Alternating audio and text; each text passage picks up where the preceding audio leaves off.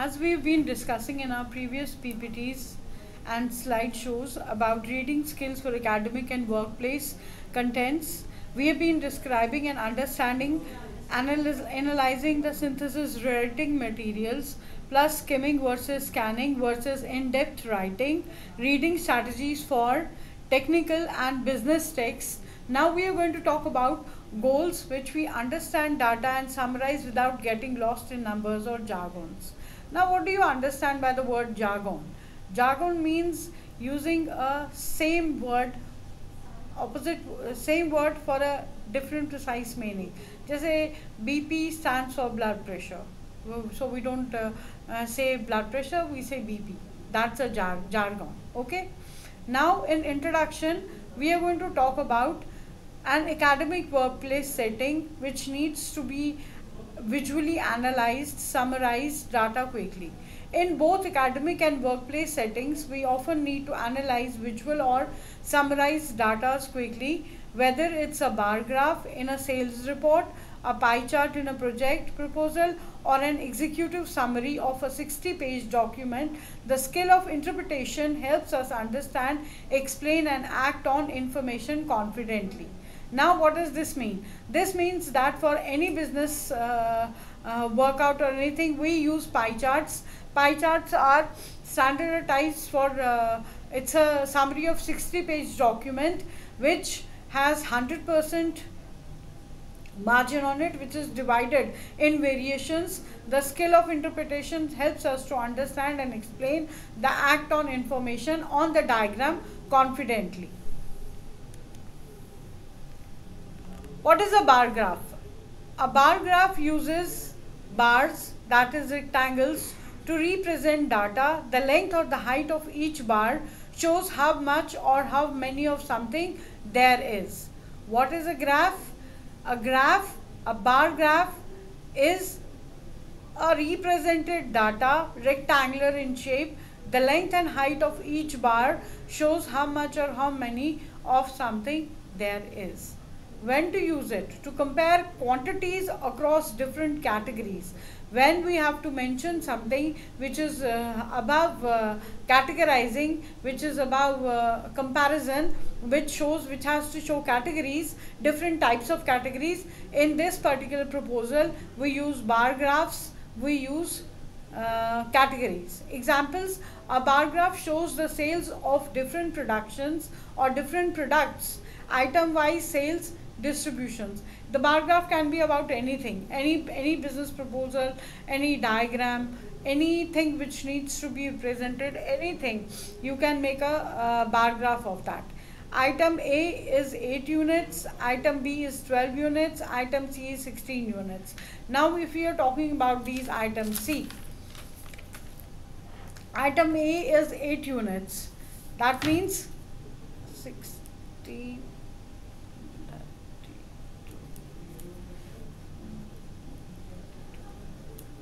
A bar graph uses bars, rectangles to represent data. The length or the height of each bar shows how much or how many of something there is. When to use it? To compare quantities across different categories. For example, a bar graph showing the sales of different products, item-wise sales and distributions. For example, item A, B, C are differently identified, whereas item A is for 8 units, item B is for 12 units, and item C is for 16 units, and item D is for 20 units. This total will amount to 100. How to read it? Look at the bars. The taller the bar, the bigger the value. You can easily compare the different categories by the height of the bar. See now, if you don't have to speak, if you don't have to communicate, you can draw a chart, a pie chart, a graph, to show the variation of any category, any quantity, anything on that particular pie chart. Like you divide, you make a circle, you make a rectangle, you divide it into columns, you divide it into units. Every diagram is 100. Now item A would be 8 units, item B would be 12 units, item C would be 16 units, and item D would be 20 units. If you segregate, the total amount would be 100. Now look at the bars. The taller the bar is, the bigger the value would be. You can easily compare the different categories by the heights of the bar. the more level of the bar, the more units it is. See, that's what we were talking in our last PPT, in our last discussion, in our last slide. We have a chart over here. We have a rectangular chart graph made over here. The first item, item 1, item 2, item 3 and item 4, which is identified in different colors: sky blue, more darker blue and royal blue at the end. All the color differentiations are showing the item 1, item 2, item 3 and item 4. Now if we are talking about the lower side of the graph, we can see it is divided into items. All the 4 rectangles are divided into item 1, item 2, item 3 and item 4. And on the left side of the corner, left side of the graph, we can see the sale. The sale is 0, 5, 10, 15 and 20. Now which is the highest bar? The highest bar is going beyond 15 and in between 20. The item 3 is going at 15. The item 2 is going above 10. The item 1 is going above 6, 7, 8. So this is the difference where you don't need to express yourself in words. Your diagram, your graph shows it all. If it is well categorized, if it is oriented properly, if the diagram is given properly, if the figures are given properly, there is no need of an explanation. It's self-explanatory and you can very well understand with the graph what the parameters are standing for. A pie chart. What is a pie chart? A pie chart is a circle divided into slices. Each slice represents a part of the whole like a percentage. Now, what is a pie chart? A pie chart is a circle which is divided into slices. Like we have bread slices, butter slices, anything, any part, any portion of a particular thing divided is called a slice. Each slice represents a part of the whole circle like a percentage. When to use it? To show parts of a whole, especially percentages. Example, a pie chart showing the sale of item wise sales and distributions. Again the same category, again the same thing as we described in the first PPT, first slide, the one which we were talking earlier.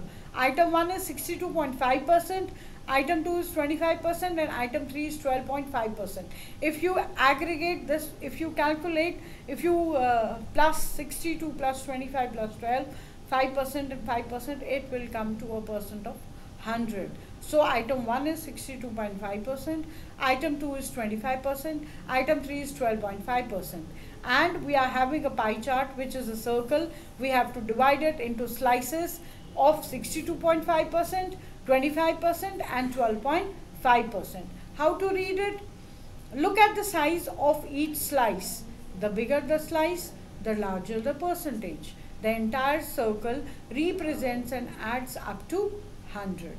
As we were talking earlier, as we talked in our earlier slides also, the first slide we talked about was counted and categorized into 1, 2, 3, 4 with light blue, sky blue, royal blue rectangles, 4 rectangles in each column. The lower side of it was mentioning the item number 1, item number 2, item number 3 and item number 4. On the left hand side of the corner of the chart, it was mentioned 0, 5, 10, 15, 20. And as our rectangles length increased, we could see on the left hand corner the percentage of the sale. Same as in the case here. That is what we are trying to mention over here. How to read it is, look at the size of each slice. The bigger the slices, the larger the percentage would be. The entire slice represents and adds up to 100. We have to keep in consideration that our chart should equal to 100 and the percentage should be divided equally. See, in the last PPT, in the last slide, this is what we were talking about. We have a circle pie chart. We have item number 1, item number 2 and item number 3. All the 4 items are categorized in different colors. Item number 1 is 62.5% sale. Item number 2 is 25% sale. Item number 3 is 12.5% sale. You don't need to express anything. You don't need to summarize anything because it is authenticatedly well mentioned over there. Just having a look at the chart just having a look at the circle, we can very well identify that this circle is divided into 3 categories. First category is 62.5 degrees, the second category is 25% degrees, and the third category is 12.5%. That is getting to a calculation of 100. So our item 1 is 62.5% sales, item 2 is 25% sales, item 3 is 12.5% sales. What is a report?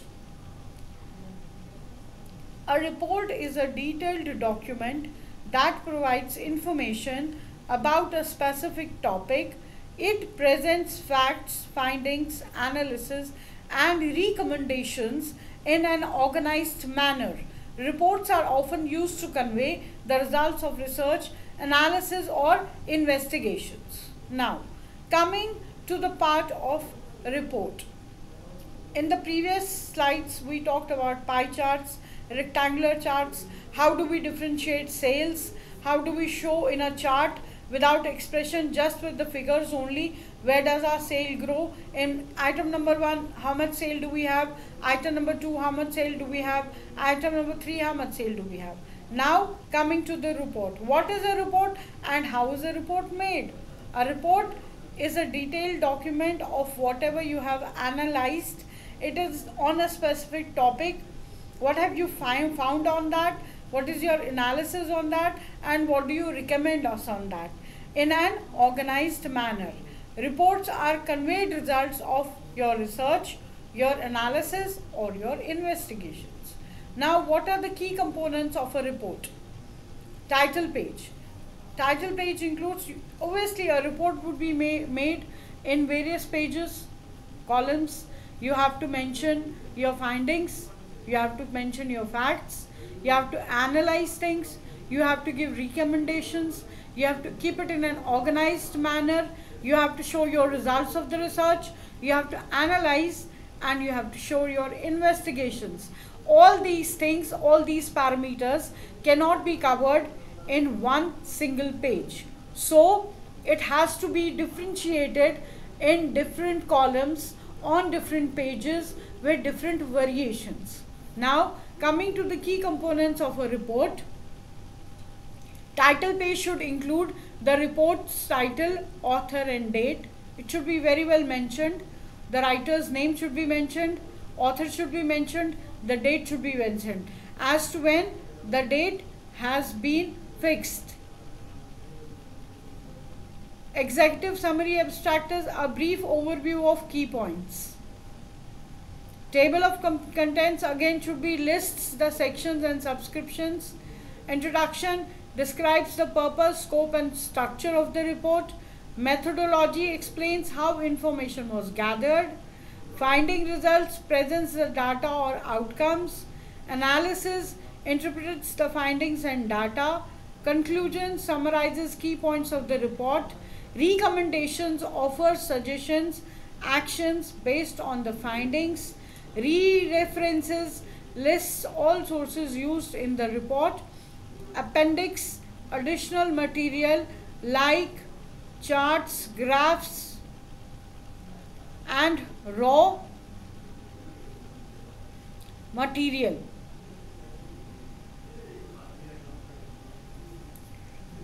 See, if you, me or anybody else is given a project or any data to analyze, we're not going to read it randomly and give it back. We need to submit a report as to what did we read, what did we find, what is our analysis on that, what research did we do, what is the result, what is our suggestion on that, what all parameters, what all additional material, charts, graphs are required in that, what all has been done by me. Every such thing I have to compile a complete report and represent it to the person through whom I've got the project. So key components of the report are your index, where you mention how many chapters, what all things you've done, your introduction, your table of content, your title, your analysis, your conclusions, your recommendations, your references, your appendix, your executive summary, and your title page. All these parameters, all these 11 parameters which are mentioned in this slide complete your report. Again, coming to the question, what is a report? I would like to mention that a report is a detailed document. When we talk about detailed document, means we are not just going by it. We are getting into the details. We are checking every single parameter. We are having information about every specific topic. We are presenting facts, finding things, analyzing things, recommendations, and organizing it in a particular manner where we are conveying the results of the research and analysis to investigations. What is an executive summary? An executive summary is a brief of conscious summary of a larger report or document. Its purpose is to give busy readers such as managers or executives a quick overview of the report keys points without reading the entire document. First slide, we were talking about the report. We talked about 11 parameters which covered the report analysis. Now coming to the executive summary. What is executive summary?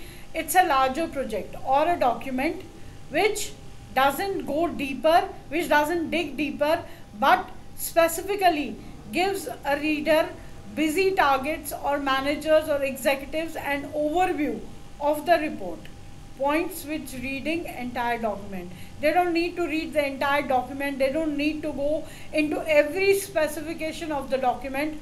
All the 11 specifications which we talked about in the previous PPT, in the previous sheet, they don't need to go there. They just need to take an overview of what the document is. That particular thing is called an executive summary. What to include in an executive summary? Purpose of the report, key findings, conclusions, recommendations, and actionable information.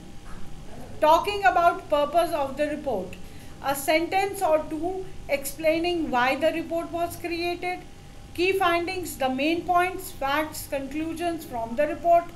The previous report, we have mentioned all the 11 parameters, so they are just putting the key findings in this executive summary. You don't need to go in all the pages. Conclusions, the general takeaway from the report. Recommendations, any proposals, actions based on the findings, and actionable information, what the reader should do after reading the summary. Thank you.